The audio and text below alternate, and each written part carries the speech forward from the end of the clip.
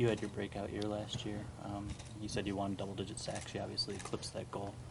What's next for you on the field?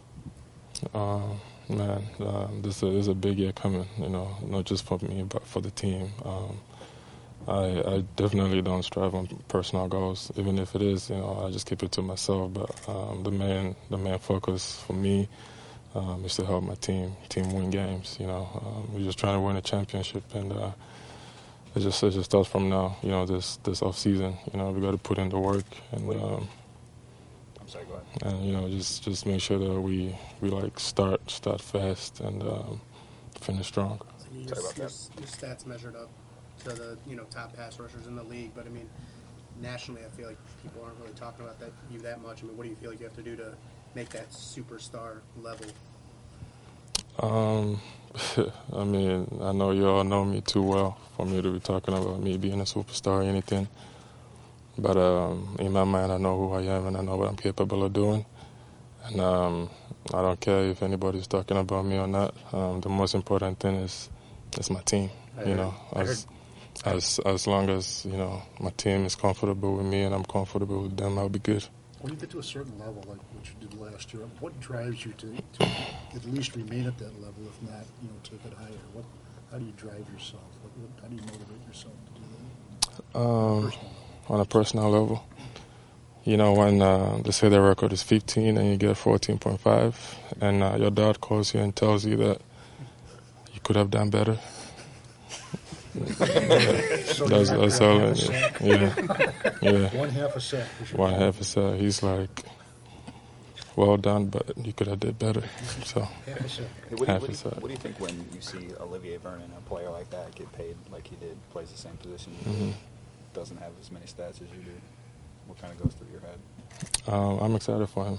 He's a great player, and I'm happy for his situation. But that is him. I just got to focus on myself and get better. How do you think it could impact you here before long? I'm not really paying attention to that right now. I'll be here for a couple more years as of now, and I'm excited to be part of this organization. Would you like to get a long-term deal done, though? How important is that at some point here? As of right now, I think we got to take it step by step. We got to see how this season goes, and I'm just looking for us to have a great season with the team. Welcome back to the Two Man Advantage podcast. I'm Deziel along with Kevin McShan, and now we're going to be moving to the Detroit Lions. Yay. Yes, everybody loves the Detroit Lions around here. Why, we don't know, but we've been asking ourselves for 50 years. Well, I haven't, but yeah. So they re-upped with their best defensive player, maybe the best player on their team, Ezekiel Ansah, defensive end, out of BYU. He turned into a great player. This is going to be coming into his fourth year, which is his contract year. So they had a team option. They picked it up, and he was asked by reporters today, would he consider signing long-term with the Lions? And his quote, "We're going to see what happens this year," end quote. What does that mean for Lions fans? Do you think he wants to stick around? What do you think, Ezekiel Ansah? Do you want to pay him the big bucks? Go ahead, Kevin, lay it on me. Well, I think that's a smart move by Ansah. I mean, yes, they went on a 6-2 run a year ago to end the season, but by the time they had done that, their season was virtually over.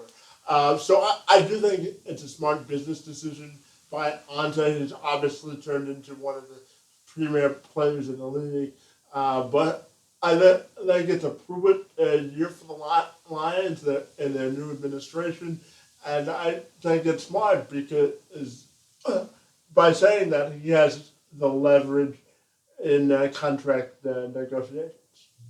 So I like that he's saying that, and I like that the Lions re-upped him because now that he's in a contract year, maybe a big payday coming up, you might see the best out of Ziggy Ansah so far. And he's really, if you look at his stats, I think he's got like 30 and a half sacks in 3 years. If he sticks around and does sign a long-term deal with the Lions, if anybody remembers the name Robert Porcher, well, that's the all-time leading sack getter for Detroit Lions. I want to say he's got about 98 or 99 or 96 or whatever it is. It's in the 90s. I don't know the exact number. But that's the kind of guy we're talking about here. So I really think the Lions did some things in the draft to hopefully help their offense running the ball. Maybe they can keep their defense off the field, which will make Ezekiel Ansah and that pass rush even that much better. Well, I think Bob Quinn in the draft played it safe, but as a general manager moving into his first. Safe, but something that probably should have been done for the Lions, a decade ago. Well, they were last in the league in rushing, right? And we talked about that. For like the last 5 years running, they've been in the bottom 5 of the league. So, of course, every general manager is going to tell you they had the best draft ever after the draft. But I do think the Lions did marginally improve themselves. But I always take a wait and see approach with the Lions because this is the Lions version of Christmas, and one of the things you use the draft for is to make sure that this is the highlight of your season when you draft players in the offseason. So it all comes down to wins and losses. I think it'll be a trial run for Caldwell, too, with a new administration running the front office. So the Lions will have to prove it. Their schedule this year is a little bit easier than it was a year ago. So 13 of 16 games in a dome this are year. Inside. So I know Bob Quinn said that he was building a football team to play in all areas of weather, but the weather can't be an excuse this year.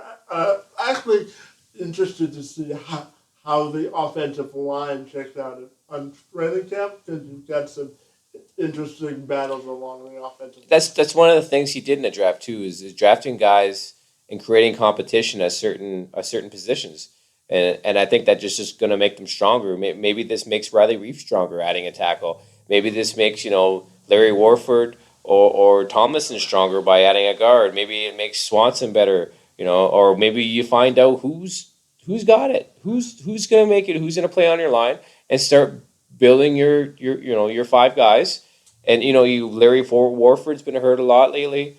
They've had a carousel at right tackle. Hopefully they can find some guys that are going to be consistent and stick around for a while. Well, I think Glasgow's going to beat out Swanson. I think so too. He's a really big guy. He's like 6'6", 300 plus. It's something they've needed for a long time. They've played around with this nonsense of Dominic Royal and Travis Swanson. I think this is the guy. Let's hope so, because the Lions have to start hitting on some of their later round picks, because that's how you build a football team.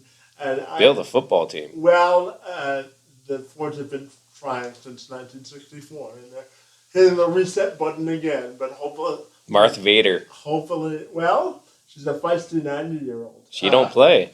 So they've got to start putting their own players in Lions uniforms for years to come. And not losing a whole entire draft classes or having one player from a draft class, because if you look at the Lions draft class history over the last 5 to 10 years, you can see that there's sometimes, there's a complete entire draft that just went to the wayside. Out of the window. And they've got to get more out of Eric Ebron, too, without Tillman Johnson. So it'll be interesting the second year under Jim Bob Cooter, how they'll run the offense, and the pick of Robinson in the second round should help their defensive line as well. Well, stick with us. We're going to be right back. We're going to come back with some NHL hockey. So everybody that doesn't like NHL hockey just checked out. But that's okay, because... That means I'm turning my microphone off. Oh, that's all right. Well, maybe we'll have you back some other time. Now that I show up, I just give you the boot. That's what you do best. But stick with us. We're right back, and we'll talk some Toronto Maple Leafs.